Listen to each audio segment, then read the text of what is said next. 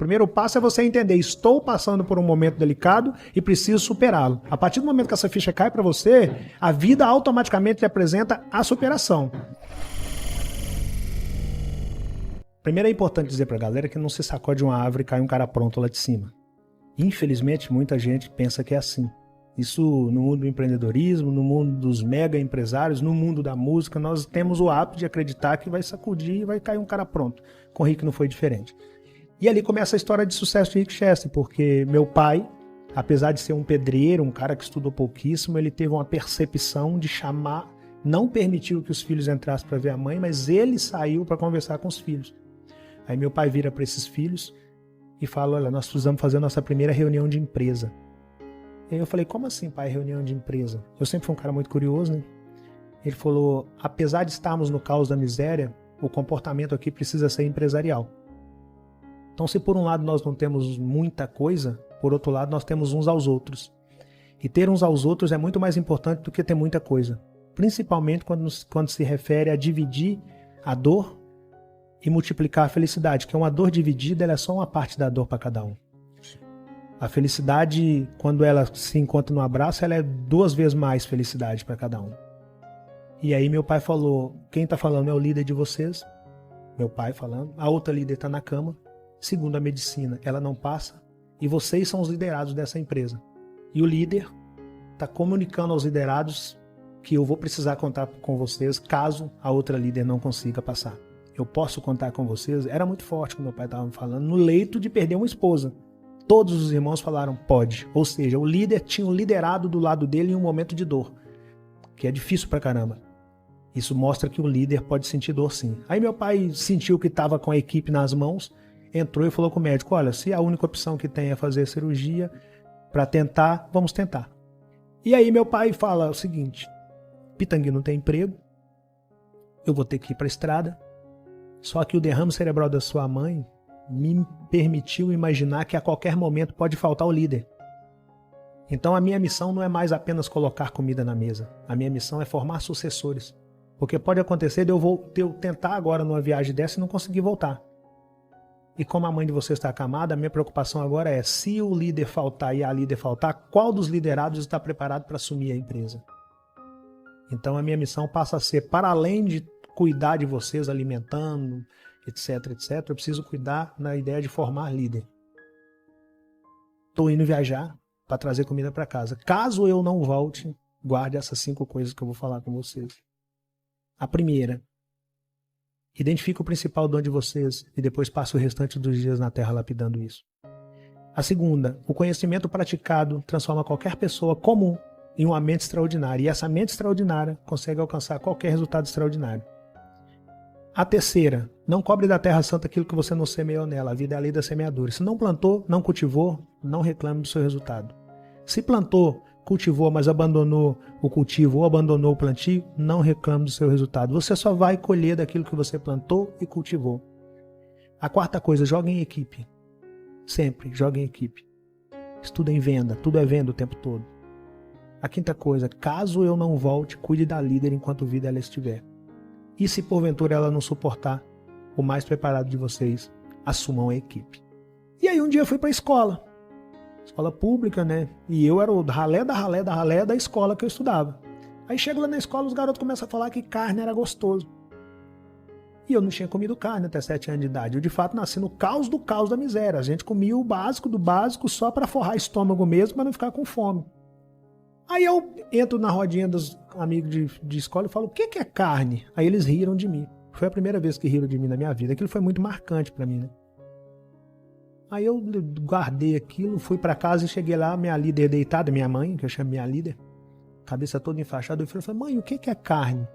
Ela também deu uma risada, eu falei, mãe, não é possível, porque até minha mãe vai rir de mim. Eu falei, por que a senhora tá rindo? Ela falou, meu filho, esquece isso. Eu falei, não, mãe, não vou esquecer não, os meninos riram de mim lá na escola. Eu não vou esquecer. Ela falou, deixa eu te contar. Carne é isso, isso e isso. E foi me contar. Carne de se comer, né? Para além da nossa, é claro. Mas não é pra gente não, meu filho. Isso aí é pra outra classe. Esquece isso. Eu falei, não, mas não vou esquecer. Como é que eu faço? O que eu tenho que fazer para comer carne todo dia? Ela vira pra mim e falou, bom, para comer carne todo dia você tem que ter dinheiro. Para ter dinheiro você tem que trabalhar. Só que você tem 7 anos de idade. Ninguém vai te empregar. Eu falei, peraí, mãe. Então a senhora tá me falando que se eu quiser, se eu começar a trabalhar e eu chegar no dinheiro, eu posso fazer o que eu quiser com o dinheiro, inclusive comprar carne. Ela falou, filho, mas não é tão simples assim não. Eu falei, não, mãe, tá tranquilo, eu vou trabalhar. Aí ela deu mais uma risadinha, eu falei, a senhora tá rindo de mim novamente, eu vou guardar isso. Aí saí de pé da minha mãe e sentei lá na calçada e tô lá observando, pensando, como é que eu vou trabalhar, né? Fazer o quê? De fato a minha mãe tá certa, ninguém vai me empregar. Só que aí passa um cara vendendo verdura, um verdureiro, a verdura num carrinho de mão, e para na porta de uma casa e oferece verdura para uma senhorinha chamada Dona Conceição. Aí, pela primeira vez na minha vida, eu vi aquela cena clássica, a mercadoria passando para um lado e o dinheiro passando para o outro. Quando eu vi aquele cara pegando o dinheiro, eu falei, opa, esse cara tem dinheiro, esse cara pode comprar carne. Eu já tinha um lugar que eu queria chegar, comprar carne. Eu nem sabia que aquilo poderia ser propósito, que aquilo poderia ser um projeto, não sabia. Eu só sabia que eu queria comer carne.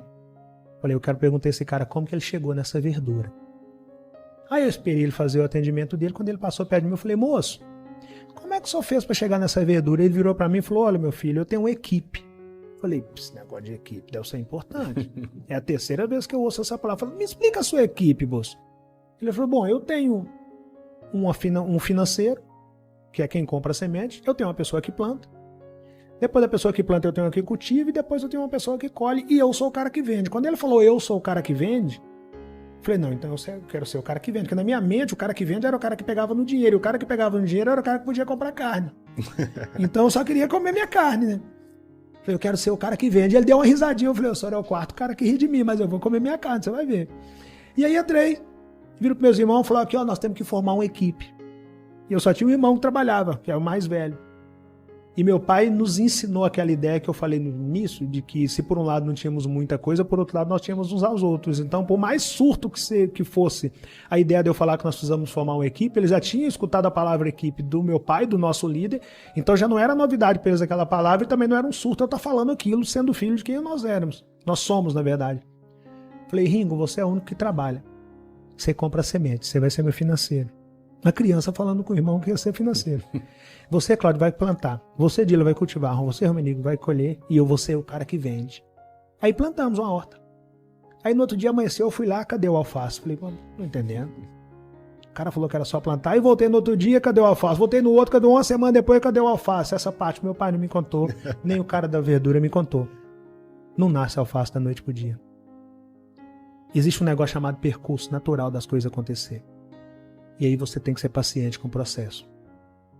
Eu comecei a regrar todo dia e esperar. E ali eu não sabia, mas eu começava a desenvolver o controle emocional de esperar o tempo necessário para que as coisas naturalmente acontecessem, desde que eu não tivesse abandonado o que eu tinha plantado e não tivesse deixado de cultivar aquilo que eu tinha plantado, para que eu pudesse colher quando aquilo crescesse de maneira saudável.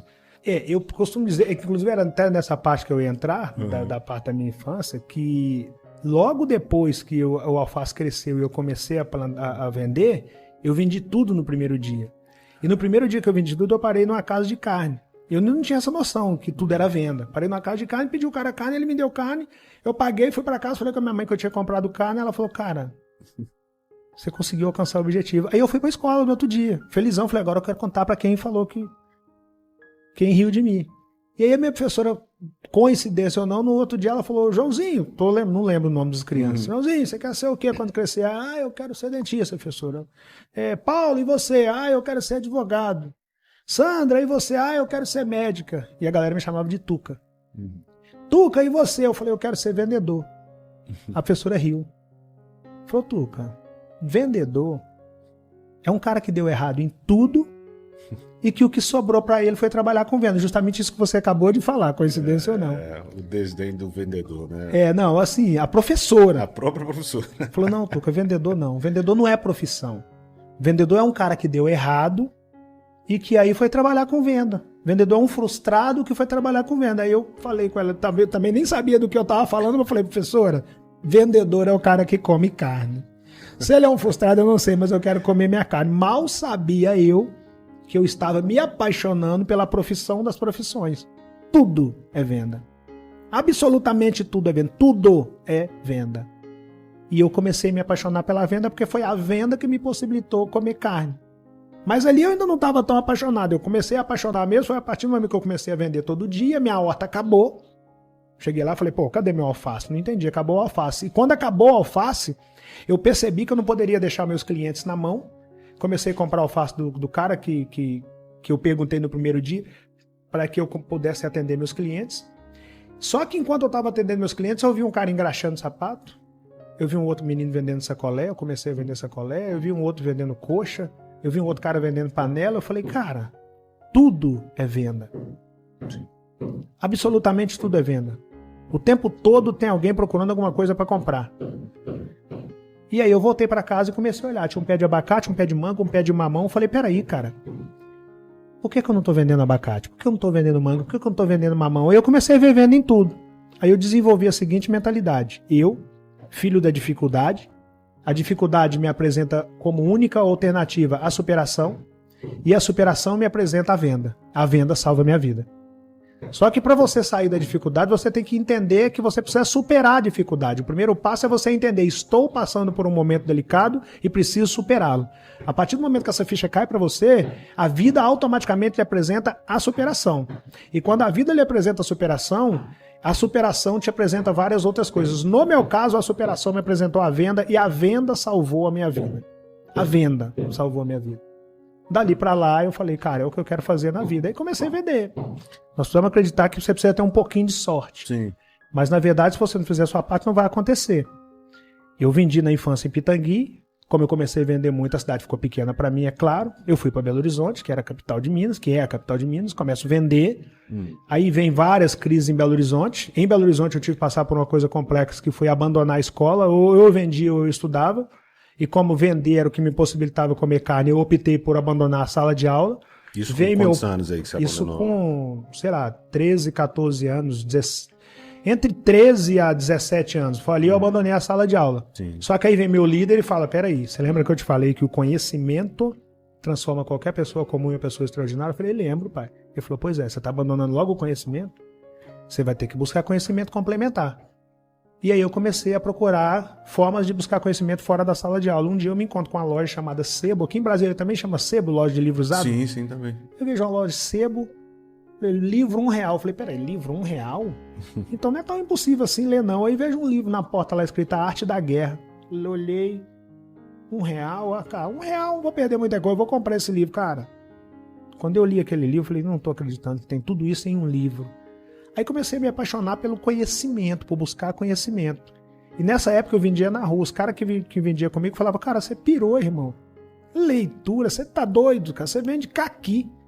Você vende bijuteria no centro do Barreiro, que é uma região de Belo Horizonte. Você tá achando mesmo que leitura vai fazer diferença? Vai vender, irmão.